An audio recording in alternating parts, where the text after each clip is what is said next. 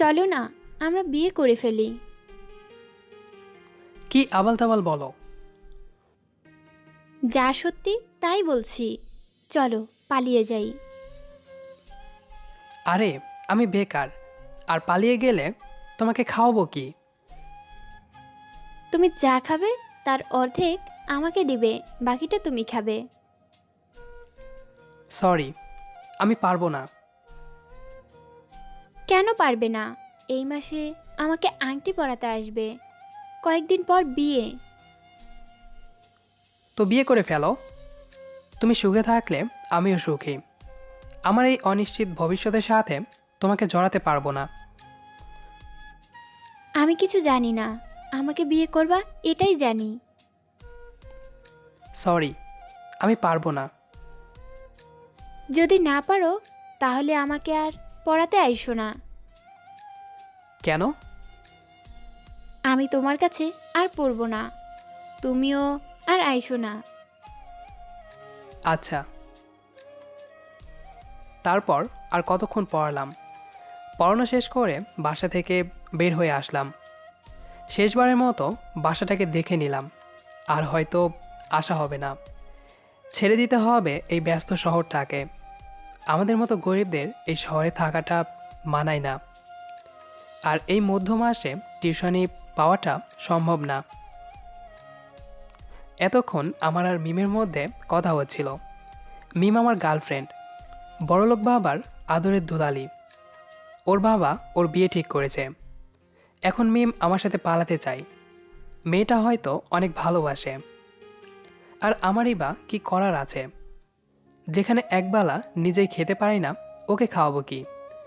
বলতে গেলে ওর টাকায় এতদিন চলে আসছি। হারিয়ে ফেললাম নিজের ভালোবাসার মানুষটিকে। মেসে এসে শুয়ে আছি। আজকে অনেক কষ্ট হচ্ছে। চিরচেনা শহরটাকেও ছেড়ে দিতে হবে 2 দিনের মধ্যে। মিমকে অনেক ভালোবাসি। আর হয়তো আমার জীবনে কেউ আসবে না। যদি আসেও আমি মেনে নিব না। ভাবতেছি মিমের সাথে কাটানো মুহূর্তগুলো। ভেবে নিয়েছিলাম আমি হয়তো তাকে পাবো শত কষ্টের বিনিময়ে। তা আর হবে না। হারিয়ে গেল আবারও আরেকটি প্রিয় মানুষ। মিমের সাথে পরিচয়, প্রেম কিভাবে হলো, এসব জানতে হলে আসুন ফ্ল্যাশব্যাকে যাই। একদিন কলেজের মাঠে বসে আছি। তখন একটি মেয়ের ব্যাগ থেকে কিছু টাকা মাটিতে পড়ে গেল। আর মেয়েটা ছিল আমাদের কলেজের ওই। আমি তখন ডাক দিলাম, এই যে আপু, আপনার টাকা পড়ছে। মেয়েটা পেছন ফিরে তাকালো আর টাকাগুলো তুলে নিল। আমি চলে যাচ্ছি। তখন আমাকে বলল, নাম কি? ইয়ে মানে, আসলে কখনো কোনো মেয়ের সাথে কথা বলিনি, লজ্জা লাগছিল। কি ইয়ে মানে মানে করছো? নাম কি? আপনি করে বলার কথা, উল্টা তুমি করে বলতেছে। জি আপু, তানভীর। তোমার নাম জি আপু তানভীর? না, ইয়ে, আসলে আপনাকে আপু ডাকছি, আর আমার নাম তানভীর। ও, আমি তোমার ছোট তাই না? হুম আপু। তাহলে আপু আপু করছো কেন? আমি কিভাবে আপু হই? ইয়ে মানে, অপরিচিত মেয়েদের আপু বলেই ডাকতে হয়। হুম, আর আপু ডাকবা না, নাম ধরে ডাকবা। আমার নাম মিম। আচ্ছা আপু। আবার আপু? সরি, আমি এখন যাই। চলে আসছি ওই মেয়ের কাছ থেকে। আহ, এতক্ষণে প্রাণটা ফিরে আসছে। মানে, কি লজ্জার ব্যাপার। দেখি কতগুলো ছেলে আমার দিকে তাকিয়ে আছে। আসলে মিম অনেক সুন্দর। অনেক ছেলেই লাইন মারতে চায়, কিন্তু মিম কাউকে পাত্তা দেয় না। এমনকি কোনো ছেলের সাথে কথাও বলেনি। আজকে আমার সাথে বলল। আর আমি ক্যাম্পাসের খ্যাতনামে পরিচিত গরিব বাবার সন্তান আমি। হাজার হলেও স্টাইল করা এসব আমাকে মানায় না। একমাত্র আমি জানি বাবাই কত কষ্ট করে আমার পড়ালেখার খরচ চালাচ্ছে। বাবাকে বলেছিলাম, আব্বা আমি টিউশনি করি, এতে তোমার কষ্টও কমবে। আব্বু বলেছিল, বাপুত তুমি টিউশনি কইরো না, মন দিয়া পড়াশোনা করো, আর টাকা লাগলে আমাকে বলবা, আমি দিব, তোমাকে অনেক বড় হতে হবে। আমি বললাম, দোয়া কইরো আব্বা। তখন আব্বু বলল, হ তুমি ঠিক মতো খাওয়া দাওয়া কইরো। আমি বললাম, হুম, আপনিও নিজের যত্ন নেবেন। পরের দিন কলেজের মাঠে একা বসে আছি, হঠাৎ করে মিম আমার পাশে বসলো। আমি একটু দূরে গিয়ে বসলাম, হয়তো ভুল করে বসে পড়েছে। মিম আবার আমার পাশে এসে বসলো আর বলতে লাগলো, কি ব্যাপার, ওখান থেকে চলে আসলা যে? এমনি। এমনি মানে কি? আর মাঠে এভাবে একা বসে আছো কেন? তোমার কোনো বন্ধু নেই? প্রথমত আমি খ্যাত, দ্বিতীয়ত আমার বাবার এত টাকা নাই, সো বন্ধুও নাই। তোমার বাবা কি করে? সামান্য কৃষক। ও, চলবে। কি চলবে? কিছু না। আচ্ছা তানবীর, শুনো। জি। আসলে আমি তোমাকে ভালোবাসি। তুমি গরিব, এটা আমি জানি। তবুও তোমাকে অনেক ভালোবাসি। যেদিন কলেজে প্রথম আসি, ওই দিন থেকে তোমাকে অনুসরণ করি। প্র্যাঙ্ক করতে আসছেন? তোমার কাছে প্র্যাঙ্ক মনে হয়? হুম। কেন? ভালোবাসেন, তাও আবার গরিবদের, পুরাই হাস্যকর। এটাকে ভালোবাসা বলে না, এটাকে বলে করুণা। দেখো, আমি তোমাকে সত্যি অনেক ভালোবাসি। ভালো বলেই চলে আসছি। এভাবে কয়েকটি দিন গেল, ওর জ্বালানো আরও বেশি বেড়ে গেল। ওর এইসব দেখে কয়েকটা ছেলে থ্রেটও দিছে, বলেছে আমি যেন ওর সাথে না মিশি, মিশলে আমাকে মারবে। আর মিমের জ্বালানো বেড়ে গেল, আমিও ওর মায়াতে পড়তে লাগলাম। বলতে গেলেই ভালোবেসে ফেলেছি, কিন্তু ওকে বলি না। একদিন ফুটপাতে বসে সিঙ্গারা খাচ্ছি, তখন মিম এসে আমার পাশে বসলো। আমার অনেকটা ঝাল লেগেছে, তাই পানি খাচ্ছি। আর এদিকে মিম আমার রাখা অর্ধেক সিঙ্গারা খেয়ে ফেলল।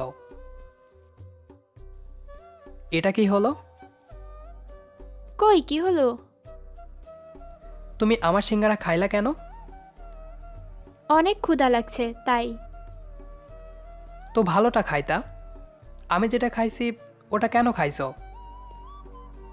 আমার ভালো লাগছে তাই। হঠাৎ করে কয়টা ছেলে আসলো। কিরে, তোকে না করছি না মিমের সাথে মিশতে? আসলে ভাইয়া, ও, আপনি আমার বিএফকে মারলেন কেন? এটা তোর বপ? বিশ্বাস হয় না। কি করলে বিশ্বাস হবে? ওরে লিপ কিস কর। আমিও লিপ কিস করে দিলাম। আসলে চর খেয়ে অনেক রাগ উঠছে। কিস করার পর মিম তো অবাক। আমি ঠোঁট ছাড়াতে চাইছি, ও ছাড়ছে না। অনেক কষ্টে ছাড়ালাম। ওই ছেলেরা চলে গেল, আর আমাদের ভালোবাসার শুভ সূচনা এখান থেকেই। এভাবে দিনগুলো কাটতে লাগলো। ভালো স্টুডেন্ট ছিলাম বলে মেয়েরা বিভিন্ন সাহায্যের জন্য আসতো, আর এটা দেখে মিম অনেক রেগে যেত। অন্য কারো পাশে সহ্য করতে পারতো না। হঠাৎ একটা খবরে পাল্টে যাবে আমার জীবন। একদিন বাবার নাম্বার থেকে কল আসলো, আর কলটা দিছেন আমার কাকা। আমি কল রিসিভ করে হ্যালো বললাম। তখন কাকা বললেন, তানভীর তুই তাড়াতাড়ি বাড়িতে আয়। আমি বললাম, কেন, কি হয়েছে? আর আব্বা কই? কাকা বলল, তোর আব্বা আর নেই। আমি অবাক হয়ে বললাম, কি বলো, নেই মানে কি? এরপর কাকা যা বলল তা শুনে আমার মাথায় যেন আকাশ ভেঙে পড়ল। তিনি বললেন, তোর আব্বা ধানের ক্ষেতে কাজ করতে গেছিল, পরে খাম্বা থেকে কারেন্টের লাইন পানিতে পড়ে, আর তোর আব্বা পানিতে ছিল, ফলে কারেন্টের শর্ট খেয়ে মারা যায়। আর বাবা, প্লিজ তাড়াতাড়ি বাড়ি আয়। হাত থেকে ফোনটা পড়ে গেল। কেউ যেন সময়টাকে আটকে ফেলেছে। সব কিছু কেমন দুঃস্বপ্নের মতো মনে হলো। মুহূর্তের মধ্যে আমার ঘোর কেটে গেল। আমি কোনো মতে গ্রামে এলাম। চোখ দিয়ে অটোমেটিক জল পড়তে লাগলো। কোনো মতে বাসায় গেলাম। এরকম একটা দৃশ্য দেখতে হবে কল্পনা করতে পারিনি। অনেক কান্না করছি। সবাই আমাকে সান্ত্বনা দিতে লাগলো। বাবার দাফন কাফন শেষ হলো। আমি কবরের পাশে বসে আছি আর বলতেছি, হে আল্লাহ, তুমি আমাকে কেমন পরীক্ষায় ফেললে। ছোটবেলায় মাকে কেড়ে নিলাম। যিনি আমাকে মায়ের কষ্ট বুঝতে দেননি, আজকে সেই বাবাটাকেও কেড়ে নিলাম। আমি এখন কি নিয়ে বাঁচব? কাকা এসে আমাকে দেখলো আমি কবরস্থানে বসে আছি আর কান্না করতেছি। কাকা কাঁধে হাত দিতেই আমি পেছনে ঘুরলাম। কাকা বলতে লাগলো, মৃত মানুষদের জন্য কান্না করলে তাদের কবরের আযাব বাড়ে। আর তোর বাবার জন্য দোয়া কর যেন আল্লাহ তাকে জান্নাত দান করে। নিশ্চুপ কান্না করছি। কাকা বললেন, বাবা, মানুষ মরণশীল, সবাইকে একদিন মরতে হবে। আর তুই তো এসে কিছু খাসনি, চল খাবি। আমি বললাম, খেতে ইচ্ছে করছে না। তিনি বললেন, আরে না খেলে দুর্বল হয়ে যাবি, আয়। এক প্রকার জোর করেই নিয়ে গেল। খাবার টেবিলে বসতেই বাবার কথা মনে পড়ে গেল। আমি এখনো কান্না করছি, খেতে পারছি না, তাই উঠে চলে এলাম। আর 2 দিন থেকে আবার সেই শহরে চলে আসলাম। আর এদিকে 2 দিন আমাকে দেখতে না পেয়ে মিম প্রায় পাগল হয়ে গেছে। আমার মোবাইলে হাজার হাজার মেসেজ এবং কল দিছে। ফোন বন্ধ ছিল, তাই আমার কিছুই করার ছিল না। মিম আমার রুমমেটদের কাছে আমার খবর জানতে চাইলে তারা কেউ বলতে পারল না। সবাই একই উত্তর দিছে, তানভীর কই গেছে সঠিক জানি না। আমি রুমে ঢুকতেই সবাই বলতে লাগলো, কিরে, হঠাৎ করে কোথায় উধাও হয়ে গিয়েছিলি? আমি নিশ্চুপ। তারা বলল, কিরে, কথা বলিস না কেন? কি হয়েছে তোর? আমি সব খুলে বললাম। তারা সবাই আমাকে সান্ত্বনা দিতে লাগলো আর বলল, তোর বাবার অনেক স্বপ্ন ছিল, সেটা পূরণ করার চেষ্টা কর। পরের দিন কলেজে গেলাম। মিম আমাকে দেখেই আমার কাছে চলে আসলো। আমাকে বলতে লাগলো, কই ছিলা তুমি? তোমাকে কত মিস করছিলাম জানো? নিজেকে মরার মতো লাগছিল। নিশ্চুপ মাথা নিচু করে বসে আছি। কি হলো, এভাবে বসে আছো কেন? কথা বলো। আসলে মিম, শোনো, কি বলো? আমার পক্ষে এই রিলেশনটা রাখা সম্ভব না। পাগল হয়ে গেছো তুমি? কি বলো? আর কেন সম্ভব না? তারপর আমি সব খুলে বললাম। আমাকে একবার জানালেও পারতা। দেখো, আমার এই অনিশ্চিত লাইফের সাথে তোমাকে জড়াতে পারবো না। হয়তো শহরটা ছেড়ে দিতে হবে। কেন শহর ছাড়বা কেন? পড়ালেখার খরচ চালাবো কি করে? তুমি টিউশনি করো। ওকে। তারপর থেকে টিউশনি শুরু। শুধু মিমকেই পড়াতাম, আর মিম অন্য কাউকে পড়ানোর জন্য দিত না। মাস শেষে যে টাকাটা দিত তা দিয়ে আমার ভালোই চলতো। এভাবেই চলতে লাগলো। বাবাকে অনেক মিস করি। যেভাবেই হোক বাবার স্বপ্ন পূরণ করতেই হবে। দিনগুলো ভালোই যাচ্ছে। 1 বছর কেটে গেল। ইন্টারে ভালোই রেজাল্ট করলাম। এটাই ছিল আমার ফ্ল্যাশব্যাকের গল্প। এখন বর্তমানে আসি। শোয়া থেকে বসলাম, কাপড় চোপড় গোছাচ্ছি। কালকে চলে যাব। যার জন্য এই শহরে ছিলাম সেও এখন অন্য কারো হয়ে যাবে। বিকেলবেলায় বড় ভাই এসে দেখলো আমার ব্যাগ গোছানো। তখন আমাকে জিজ্ঞেস করলো, কিরে, কোথাও যাবি নাকি? ব্যাগ গোছানো যে। হুম, কালকের মধ্যেই এই শহর ছেড়ে দিব, গ্রামে চলে যাব। কেন, কি হয়েছে তোর? তারপর বড় ভাইকে সব খুলে বললাম। একটা মেয়ের জন্য তুই তোর বাবার স্বপ্ন পূরণ করবি না? চাইলেও তো আর সব সম্ভব না। কেন? ওরে প্রাইভেট পড়িয়েই আমার খরচ চালাতাম, আর এখন টিউশনিও পাবো না, খরচও চালাতে পারবো না, কিভাবে চলবো? শোন, কি? আমার কাছে নতুন একটা ছাত্রী আছে, আমাকে বলছিল প্রাইভেট পড়ানোর জন্য। চাইলে তুই ওকে পড়াতে পারিস। কিন্তু ভাই। কোনো কিন্তু না, তোর বাবার স্বপ্ন পূরণ কর। হুম। বড় ভাইটা সেদিন অনেক বড় উপকার করেছিল। আসলেই তো, একটা মেয়ের জন্য আমি বাবার স্বপ্ন পূরণ করব না? আমি আবার নতুন করে সব শুরু করব। পরের দিন থেকে মেয়েটাকে পড়ানো শুরু করলাম।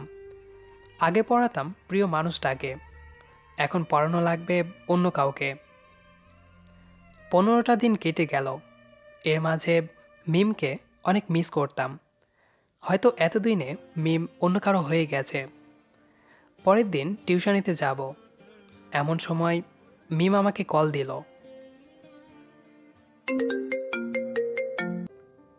কেমন আছো? এই তো ঠিকঠাক। তুমি? ভালো। কি করো? এই তো টিউশনি করাতে যাব। তুমি? বসে আছি। আচ্ছা, আজকে মিট করতে পারবা? কেন? এমনি কথা আছে। কখন আসবা? টিউশনি শেষ করে আসব। কোথায় মিট করবা? যেখানে আমরা সবসময় করি। ওকে। আমি টিউশনি শেষ করে সেখানে গেলাম। প্রায় সময় এখানে মিট করতাম। মিম আমার আগে এসে বসে আছে। আমি কাছে যেতেই বসো। একটু দূরে বসলাম। দেরি হলো যে? পড়াতে গিয়ে। ও, কি করছো আজকাল? কই, কিছু না তো। চেহারার এই অবস্থা হয়েছে কেন? জানি না, আগের মতোই আছি। আমাকে এখনো ভালোবাসো? ভালো তো একজনকেই বাসা যায়। আমাকে পাওয়ার ইচ্ছে হয় না? চাইলেও সব পাওয়া যায় না। যদি ফিরে আসি? চাইলেও ফিরে পাবো না। তুমি এখন অন্য কারো বউ। আমি অন্য কারো না, তোমার আছি, তোমারই থাকবো। হাস্যকর। কেন? তোমাকে তো আংটি পরিয়ে ফেলেছে। পড়াইনি। মানে, কি বলো এসব? যা সত্যি তাই। কি, কিভাবে সম্ভব? সম্ভব। যার সাথে আমার বিয়ে হওয়ার কথা ছিল ওকে সব কিছু বুঝিয়ে বলি, আর সে আমার বাবাকে বলল আমাকে বিয়ে করবে না। তখন আমি আমার বাবাকে সব খুলে বলি। প্রথমে রাজি না থাকলেও শেষে রাজি হয়ে গেল। ওহ, কিভাবে রাজি করালে? রাজি বলতে পুরোটা না, উনি তোমাকে শর্ত দিয়েছেন, সেটা পূরণ করতে পারলে পুরোটা রাজি হবেন। কি শর্ত? তোমাকে ডাক্তার হতে হবে। হুম, চেষ্টা করব। আচ্ছা শোনো, কি? আমি যদি শহর ছেড়ে চলে যেতাম? চাইলেও পারতে না। কেন? তুমি যে টিউশনিটা করো এটা আমিই ম্যানেজ করে দিছিলাম। বড় ভাইকে বলছিলাম তোমাকে যেন বলে। আর যাকে পড়াও সে আমার বান্ধবী। ও মা, তাই? হুম। বলেই কাঁধে মাথা রাখল। ভালোবাসা রঙিন আকাশের মতো ক্ষণে ক্ষণে রং বদলায়। আমার কাঁধে মাথা রেখে সূর্যাস্ত দেখতে লাগলো। কালকে থেকে শুরু হবে জীবনের আরেক গল্প, যেটা শুধু পূর্ণতায় ভরা। আশা করি গল্পটি আপনাদের ভালো লেগেছে। আর যদি ভালো লেগে থাকে তাহলে এই ভিডিওটিতে একটি লাইক দিতে ভুলবেন না। আর নিয়মিত এমন ভালোবাসার গল্প পেতে আমাদের চ্যানেলটি সাবস্ক্রাইব করে পাশে থাকা বেল আইকনটিতে ক্লিক করুন। ধন্যবাদ, আমাদের সাথেই থাকবেন।